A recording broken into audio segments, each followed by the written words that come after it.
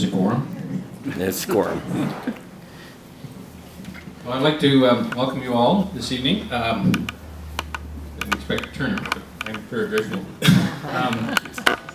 And I'd like to thank the Nanaimo North Library for allowing me to use their venue.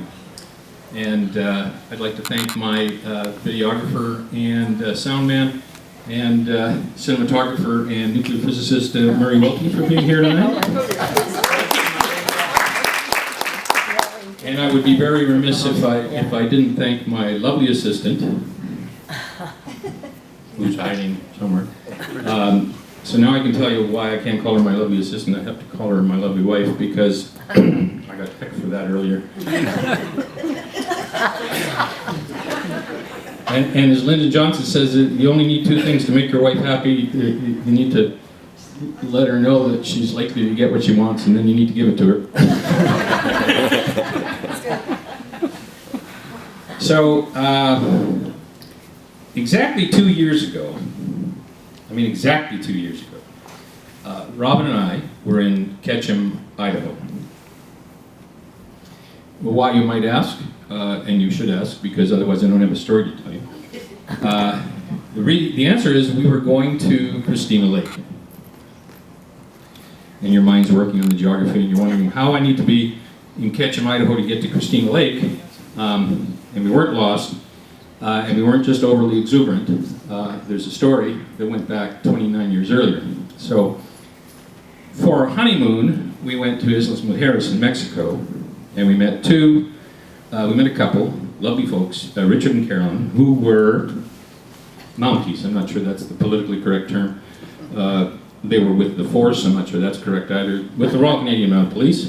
And we became very good friends, and for the last 29 years, they've been inviting us incessantly to come to Christina Lake, in the middle of the BC Rockies. And so, Labor Day weekend, 2 years ago, 2013, we decided we would go to Christina Lake. But we were not just going to go to Christina Lake, because I told Robin that I wasn't going to go all that way and not have something else to come back to on the way back to make it even more worthwhile. And she said to me, well, why don't we go to Montana for the long weekend?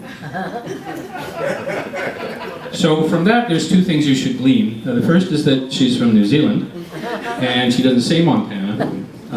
And the second thing is that she's from New Zealand, and her sense of North American distances are challenged. I remember being in my hometown, which is Kenora, Ontario, and she saw a sign to Toronto, and she wanted to go that very minute, and it wasn't going to happen.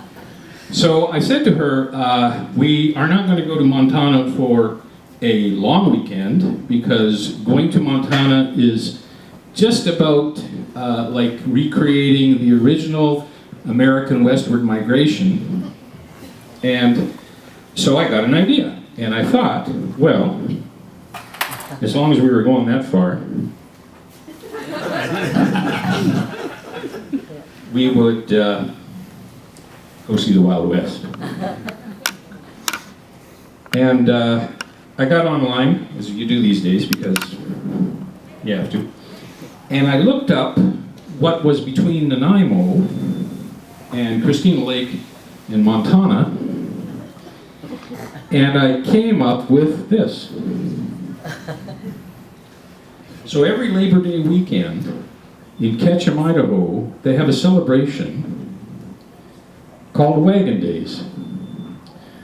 Now, before you get the wrong idea, they did not steal the name of their celebration from the book. But I did look it up, and I thought, well, this is phenomenal, because those wagons are actually real. Those are Lewis ore wagons, and they were ore haulers built in 1889. Biggest, toughest, most impressive vehicles ever crossed the Old West. The steel rim wheels were 7 feet tall, 4 inches wide, and they supported a ship of wood and leather and metal and canvas, 16 feet long and 14 feet high. They had a 250 cubic foot interior. They could carry 9 tons of cargo. And even empty, they weighed 6,400 pounds, which is as much as a heavy-duty pickup truck with 4 times the payload. The brake blocks are 3 feet long. And so the mules that drag these wagons were required to pull their own weight, which is where our expression, pull your own weight, comes from, is from these ore wagons. Not only did they bring them out during the Big Hitch Wagon Day celebration, they moved them with mules down the main street of Ketchum. And they creaked and they groaned, and it was magnificent. So that's the first thing I wanted to see on the way back. The second thing I wanted to see on the way back was this guy. Because Ernest Hemingway has been a great inspiration, great writer, and he actually lived, or wrote rather, the way the Old West was lived. He lived authentically in nature, and he faced, or he wrote like he faced death with dignity and courage. He did neither of those things.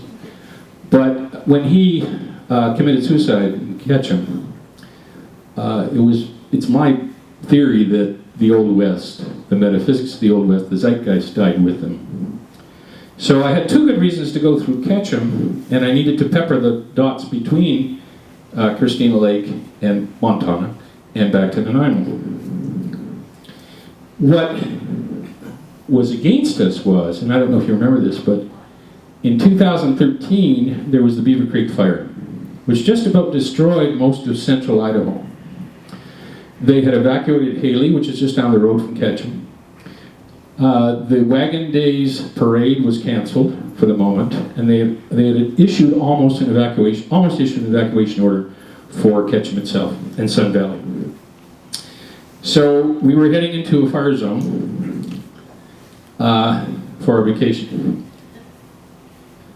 Now, some people have said that this is just a vacation book, but I point you in the direction of other vacation books which actually have some literary merit. There is an Atlas Obscura, and there's the website at the bottom, which shows where everybody went.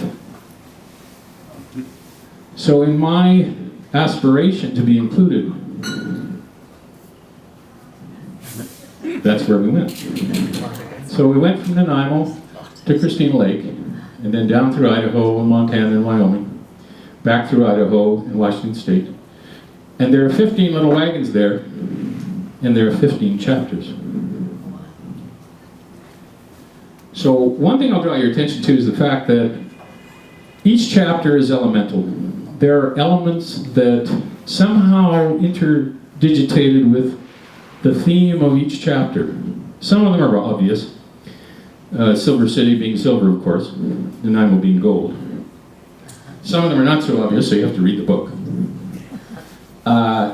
And if I got 15 chapters, and I've only got a few minutes to talk about them, I have to make some decisions, because according to the manual of author's readings, one is ill-disposed to talk or to read for more than 12 minutes. So no excerpts for more than 12 minutes. Which, if you know me, and most of you do, is a very, very difficult thing to accomplish. However, I will try.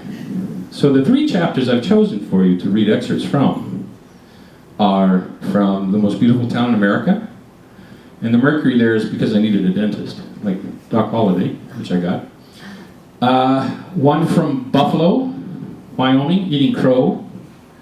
And the last one, of course, I have to give you an excerpt from Wagon Days itself, which was when we hit Ketchum.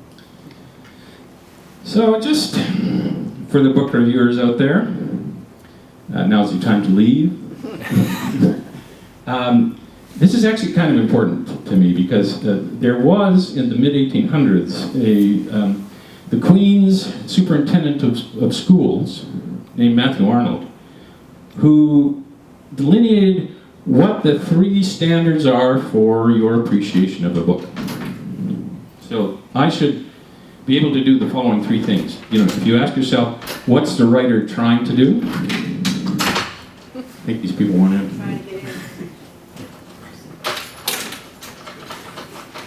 How well does he succeed in doing it? And the third criteria for a masterpiece is, does the work exhibit high seriousness?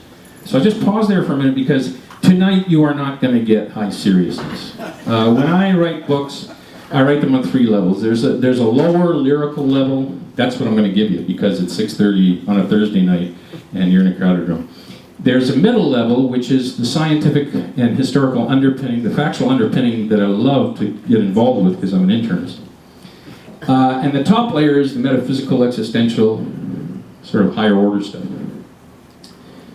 Now, in addition to those 3 factors, we'll get off this topic in a minute, there's a guy named William S. Burroughs who was described by Norman Mailer as the most, or the biggest literary genius of the time. Now, Truman Capote thought Norman Mailer was wrong about William S. Burroughs. And I think that Truman Capote was right about Norman Mailer being wrong about William S. Burroughs. Because William S. Burroughs, if you know anything about him, was a heroin addict. He played William Tell with his wife in Mexico with a shot glass full of tequila, and she lost. And he was attracted to and made advances to Allen Ginsberg, which right away, in my mind, detracts from any genius this guy could have had. However, I have an admission, and that is I am being pulled from Ernie Hemingway to William S. Burroughs in my advancing degeneracy.